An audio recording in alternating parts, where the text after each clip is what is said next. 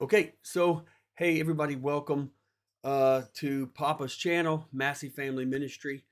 Um, this is new to me. This is the first time I'm really trying to live stream anything, so this will be pretty interesting. Um, Hopefully, it'll go well. So, the idea behind all of this is that, excuse me, the idea behind all of this is that we're just going to take me and Papa, 15 minutes every evening to go over our Sabbath school lesson. Papa didn't feel well tonight, so I'm just going to do it by myself to test it out and see how it goes. So I'm hoping that some Adventist churches here in the area find out about this and tune in. Be a great little 15-minute 20-minute thing to do together. It's a live stream, so I think people can leave messages. Um, Also, I thought I'd start out this evening with just sharing really quickly how our Sabbath school lesson works, right? And so the way that it works, because I was at a church the other day and it seemed like nobody there, unfortunately, understood how our Sabbath school lesson works. So if you look at our Sabbath school lesson where it says intro and contents, let's start there. So this is going to take us back. So as you can see here, this is the Sabbath School Quarterly. So it's basically just a study guide. It's called a quarterly because it's 3 months. It lasts a quarter. So this one goes from October, November, December of 23. And every quarterly has a theme. It has a topic, an overarching topic. As you can see here, the topic for this 13-week quarterly is God's mission, my mission. And so, as you can see, as you scroll down, on top of that, it has 13 lessons. And you can see by the dates the way that that works. And so we are all the way down here. Let's see, December 2nd to December 8th. So we are now at our 10th lesson of this quarterly because obviously we are all the way in December. So we've been studying about evangelism and about mission ever since October. And what happens is this quarterly really unites our church because it doesn't matter where you go in the world, where there's a Seventh-day Adventist church, they'll be studying this lesson. We'll all be studying this same lesson, at least in the adult class. We have separate lessons for like little children, like cradle roll and all that stuff. But the adults all over the world will be studying the exact same lesson. And that's really, it's just really rich. It's just really wonderful to know that no matter where I go in the world, if I walk into a Seventh-day Adventist church, they will be studying this exact same lesson. Might be in a different language, but it's still their lesson. And it's just really wonderful because it unites us. So let's take a look at the 10th lesson. It's entitled Mission to the Unreached, Part 1. And then you can see the week after that, Part 2. So let's just jump into this and see what we got here. Okay, so once you click into it, you can see the lesson is structured where it goes Saturday, Sunday, Monday, Tuesday, Wednesday, Thursday, Friday. Saturday really is just the introduction to the lesson. Friday is just the summary of the lesson. So what you really have, the meat and potatoes, is Sunday through Thursday. So what is that? 4 lessons, 1, 2, 3, 4, 5, 5 lessons, okay? So Saturday I'll show you. So you can see here the title, Quarter 4, Lesson 10. It's Quarter 4 because we're at the end of the year, right? So in January, March, and February, March, will be Quarter 1 of the new year. So if you scroll down, it tells you the title there, Mission to the Unreached. It gives you this little picture or whatever. And I'm on the web browser, but you can download this app to your phone or your iPad, and it looks really great. The pictures are really bright and colorful and just looks really fantastic. But anyway, you scroll on down, and it gives you, for this week's study, it gives you some basic memory verses. It gives you a memory text here. The memory text is Acts 17:24. And it's just a really great way to study. So if you hover over any of these blue links, they open up the Bible verse. So it makes it easy for you to study if you don't have a Bible right there in front of you. But anyway, so this week's memory verse is the God who made the world and everything in it is the Lord of heaven and earth and does not live in temples built by human hands, right? And that's in Acts chapter 17, verse 24, which is an excerpt of a sermon by the Apostle Paul. And what's used to be really fun, and I miss it, is that you have 13 lessons, right, in a quarter. So that means you're going to end up having 13 memory texts. So what we used to do when we were young is we would, at the end of the quarter, see who had memorized all 13 memory texts. That was really fun. We don't really do that as much anymore, but I wish we would. I wish we'd bring that back. It was really a blast. Anyway, he talks about Luke and how Paul went to Athens, and Luke wrote about this. Luke wrote about Paul's missionary journey there to Athens in Greece. And he talks about everything that happened. He talks about how Paul ended up in Athens, talks about what he did when he got there, and all of that stuff. And so it said that Paul, when he got to Athens, he began to go into the Jewish synagogues, and he began to worship with the Jews and the Gentiles in marketplaces and stores. But he also went to the synagogues and met with the Jews. And it said Paul would have been comfortable. Obviously, Paul would have been comfortable doing that, right? Paul was a Jew, so it'd been easy for him to meet with the Jews. But he didn't just do that, right? He began to then venture out of his comfort zone and mix with the Gentiles, in the marketplaces, like the grocery stores or things like that in the mall, if you would, bring it into our day. And so Paul went out, and it says, while in Athens, a city famous for its philosophy, Paul sought to reach the people there as well. So Paul wasn't just trying to convert Jews, he was trying to convert everyone, because Paul was one of the first few disciples, one of the apostles that really understood that Jesus was the Savior for everyone. And so he went out. And he was the best one to do it because he was educated, he had money, he could speak multiple languages. So, of course, it made sense that God would send him out to the Gentiles. And I like this sentence where it said, many of these people, those Gentiles in Athens, many of them had radically different backgrounds and worldviews from that of the Hebrews and their sacred history, which formed the foundation of faith that Paul wanted to teach the Athenians. So how did Paul go about seeking to reach these people? So it's easy for Paul to walk into a Jewish synagogue and start talking about Jewish stuff, right? Start talking about the Old Testament, started talking about prophets, the Torah. It's easy when you're talking to people that kind of share a background with you. But these Athenians, right? These guys from Greece, they didn't have that, right? They didn't understand. So if Paul said, something about Moses or something about the law or something about Daniel or Isaiah, you see a lot of times in the New Testament, people making statements about Jesus saying, as it was written in the prophet, whatever.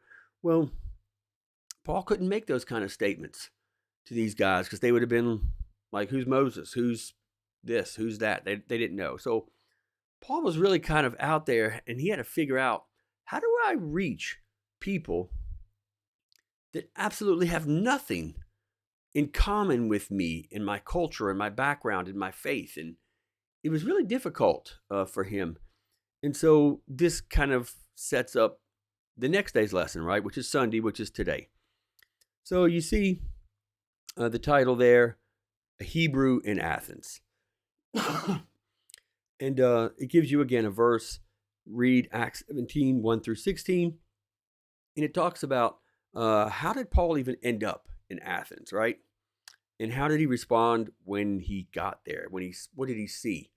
Well, if you were to read Acts 17, 1 through 16, what you actually find is that Paul was traveling around and he went to this town called Thessalonica.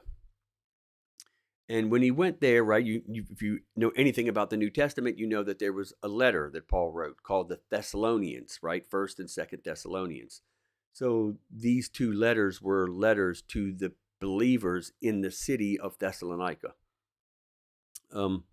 Anyway, 1st and 2nd because he wrote them two letters, right?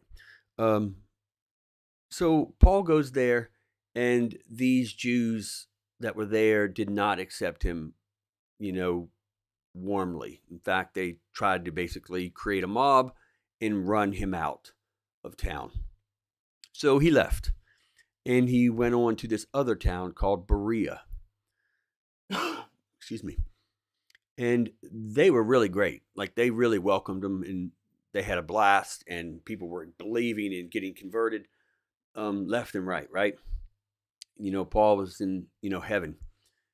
But then those people over in Thessalonica heard how much fun Paul was having and all the success he was having over in Berea. And they'd heard about all the Jews that were accepting Christ. And so they decided that they wanted to kind of, put a little cloud over that parade there. And a bunch of them came over to Berea and basically stirred up trouble there. So they couldn't get him in Thessalonica. They followed him to Berea. And so when he was there in Berea, it started to kick off again. So then he kept moving on again, which is really funny because all these people that kept, harassing him, it actually worked out to to their detriment, because every time Paul moved, he just shared the gospel with more people in a different place, and the church just kept growing rather than him just staying put in one place for like 20 years, right? You always hear about these pastors that have been like, oh, I've been pastoring this church for 20 years, right? Well, and then people in the New Testament couldn't do that. They were the disciples, the apostles were getting, they were getting it handed to them every time they went to certain cities. So they kept on moving, and the gospel just kept spreading. So sometimes when things look like they're going bad, it's actually, there's a purpose and a plan behind it. If God had always protected them and didn't let anything go bad, then they might not have kept moving. And so sometimes God had to step back and let them get persecuted so they'd keep moving. Anyway, so they're in Berea. Paul takes off from there. And actually he takes off, tells his buddies to stay behind and stay there in Berea, because the people were really after him, not the other two. I think it was Timothy and Silas, I think. And so Timothy and Silas stay in Berea, and Paul trucks it over to Athens in Greece there. And so he gets there, and he tells, the message that he gave to Timothy and Silas was, as soon as everything dies down and you get a chance, come over and meet me in Athens, right? And we'll start over. So while Paul is in Athens, he's kind of scoping the joint out, waiting for, Timothy and Silas to come over and join him. And so he's just kind of cruising around, right? Going to the stores, walking around, going to the park, checking things out. And the Bible kind of says that Paul wasn't happy when he got there, because everywhere he turned, these people were worshiping idols, right? These Greeks were idol worshipers, idolaters. And so he didn't like that. And so even though he was supposed to be kind of waiting for his backup, he didn't. You watch these movies where people like, oh, call for backup. Oh, forget backup. I'm going in, right, by themselves. And they go in and, right, all kind of mayhem ensues. Well, Paul doesn't wait for backup. So he goes in and, and he starts talking to these people. And first thing he does is he goes into the synagogues to try to see if there's Jews there. Then he starts going into the marketplaces, the malls, and public places, and tries to start just having these public debates with people and conversations about Christ and their beliefs and his beliefs, and, trying to convince them that Christ was the Messiah and that they needed to accept him. He was sharing the gospel. So when he got there, he was really frustrated by all of those idols. And that's what it kind of talks about here on Sunday. It says, Paul was motivated by compassion for these people because they were going to die in their sins if they didn't accept Christ. And he says, comment, today our cities are still full of idols, even though they're less obvious. And it says, unfortunately, many believers, basically, they just walk around in society and nothing bothers them anymore. And I find that to be a really interesting observation, that, how Christians today are just so tolerant of everything. Nothing bothers them.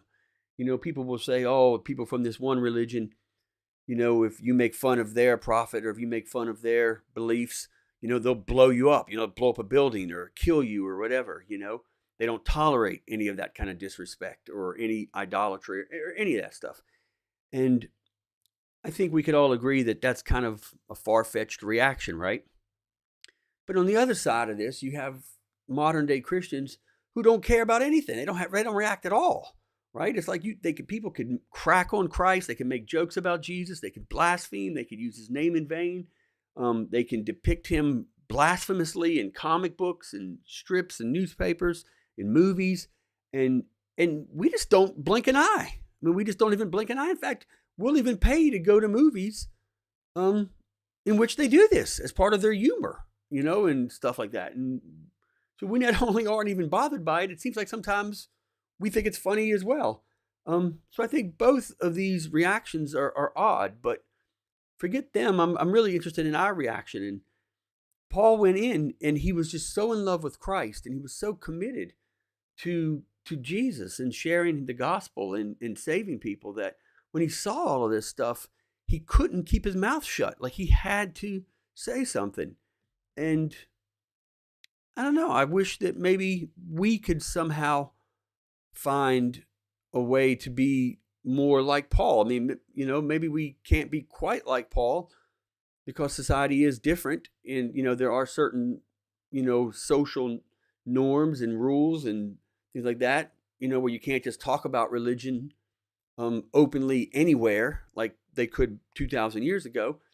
But there's got to be somewhere where when we go into certain situations, we should be uncomfortable as Christians, and we should be like, hey, like, knock it off, right? Knock it off. And so I don't know. That's what Sunday's kind of all about.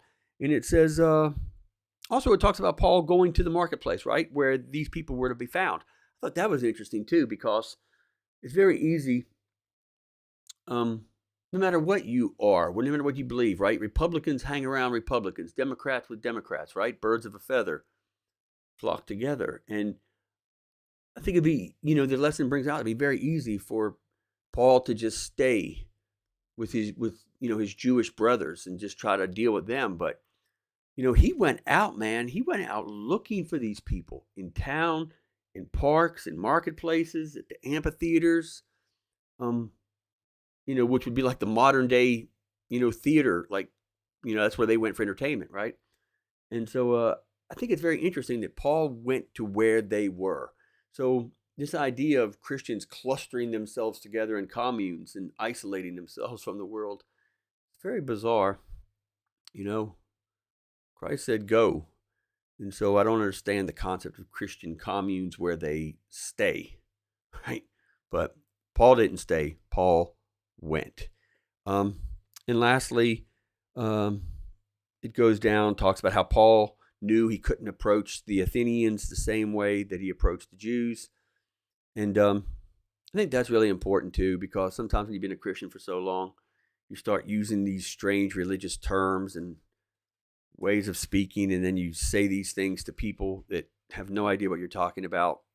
We have to be able to realize, who we're speaking to, and that was really important. It was a really important reason why Paul was able to reach these people was because he didn't speak to them the way he would have spoke to a Jew. He spoke to them the way they spoke. He talked about their philosophy, their philosophers, and their beliefs. And, he spoke to them in ways that, they could understand him. And I think it's really important for Christians to, not be in the world. I mean, not be of the world, but be in it. You know what I mean? For goodness sakes. I mean, you live here in this world. Like, if you don't know anything about anything, right? You don't know anything about sports. You don't know anything about movies. You don't know anything about, you don't know who Taylor Swift is.